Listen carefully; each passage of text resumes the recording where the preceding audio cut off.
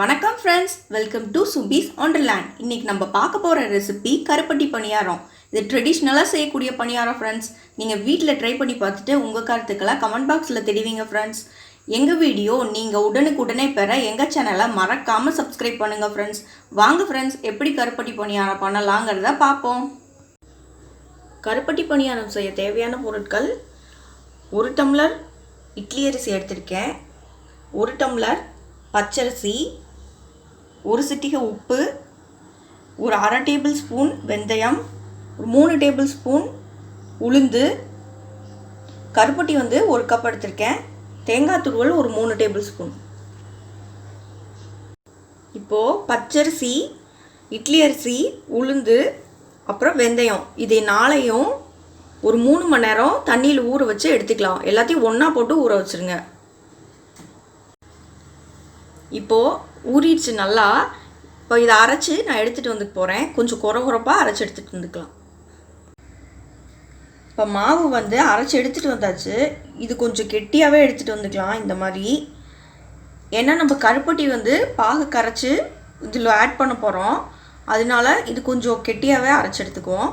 இப்போ அரைச்சி எடுத்துகிட்டு வந்த மாவை ஒரு 8 மணி நேரம் புளிக்க வச்சுக்கலாம். நீங்கள் நைட்டே நீங்கள் அரைச்சி வச்சிட்டிங்கன்னா காலையில் பிரேக்ஃபாஸ்ட்டுக்கு ஒரு பர்ஃபெக்டாக இருக்கும் நமக்கு. இப்போ கருப்பட்டியை பாக்கு மாதிரி கரைச்சி எடுத்துக்கலாம். இது கூட லைட்டாக தண்ணி ஊற்றுறேன். ஆட்டோமேட்டிக்காக நல்லா கரைஞ்சி வரும்.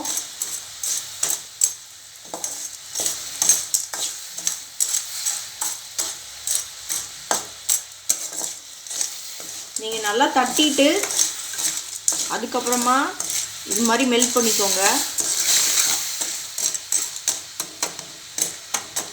கருப்பட்டி உடம்புக்கு ரொம்ப நல்லது.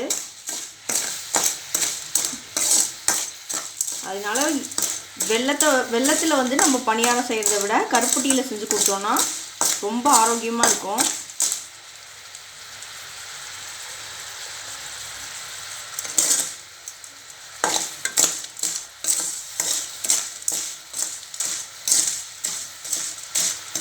இந்த மாதிரி சளி பிடிச்ச நேரத்துலலாம் குழந்தைங்களுக்கு கருப்பட்டி சேர்த்துக்கிட்டோன்னா ரொம்ப நல்லது.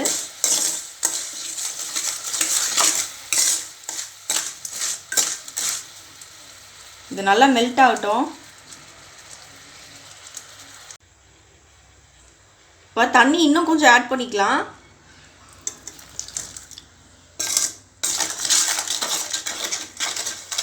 நம்ம பணியாரம் நமக்கு இதில் டிப் பண்ணி சாப்பிட போகிறோம். அதனால அதுக்கேற்ற மாதிரி நீங்கள் அந்த லிக்விட் எவ்வளோ தேவையோ அந்த அளவுக்கு நீங்கள் தண்ணி ஆட் பண்ணிக்கோங்க.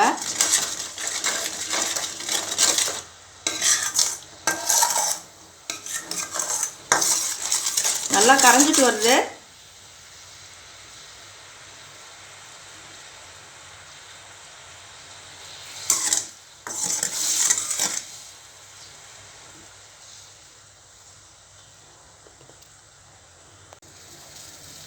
இப்போ நல்லா இது கொதிச்சதுக்கப்புறமா இந்த துருவி வச்சுருந்த தேங்காவை இது கூட ஆட் பண்ணிக்கிறேன்.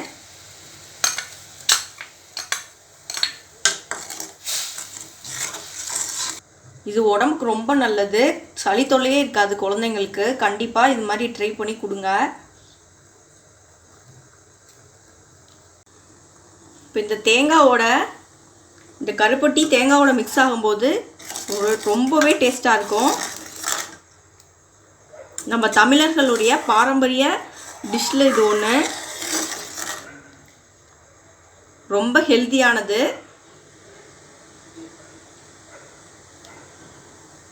இப்போ நல்லா கொதிச்சிருச்சு பாகு. இப்போ இதை ஆஃப் பண்ணிக்கலாம். இப்போ பணியார பேனை ஹீட் பண்ணியிருக்கேன். இதில் எண்ணெய் அப்ளை பண்ணிக்குவோம்.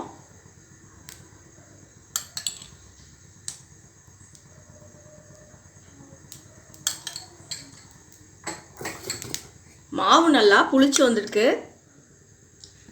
இப்போ இதை பணியார பேனில் ஊற்றிக்கலாம்.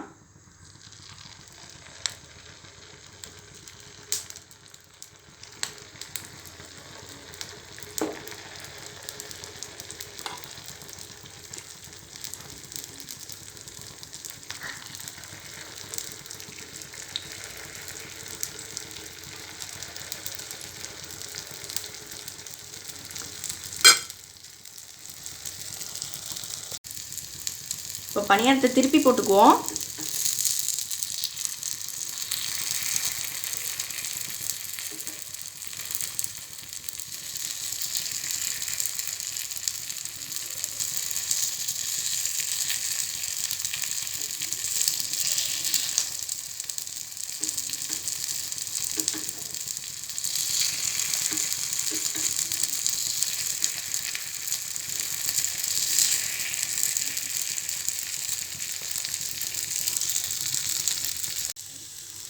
இப்போ எடுத்துக்கலாம். நல்லா வெந்துருச்சு. இப்போ எடுத்துக்குவோம்.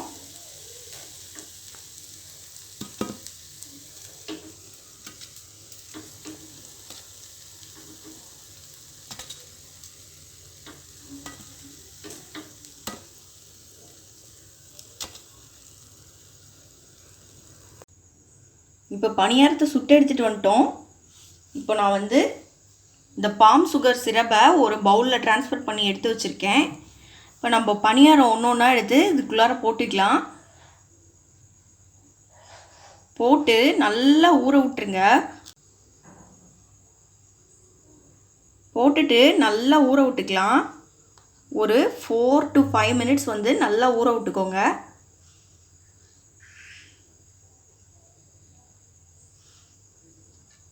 கண்டிப்பாக இது மாதிரி ட்ரை பண்ணி சாப்பிட்டு பாருங்கள். நல்லா குலோப் ஜாமை விட ரொம்பவே டேஸ்ட்டாக இருக்கும்.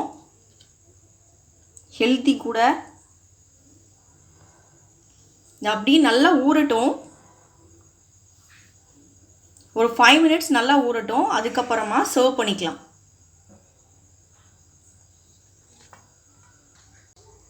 இப்போ சுவையான கருப்பட்டி பணியாரம் ரெடி ஆயிடுச்சு.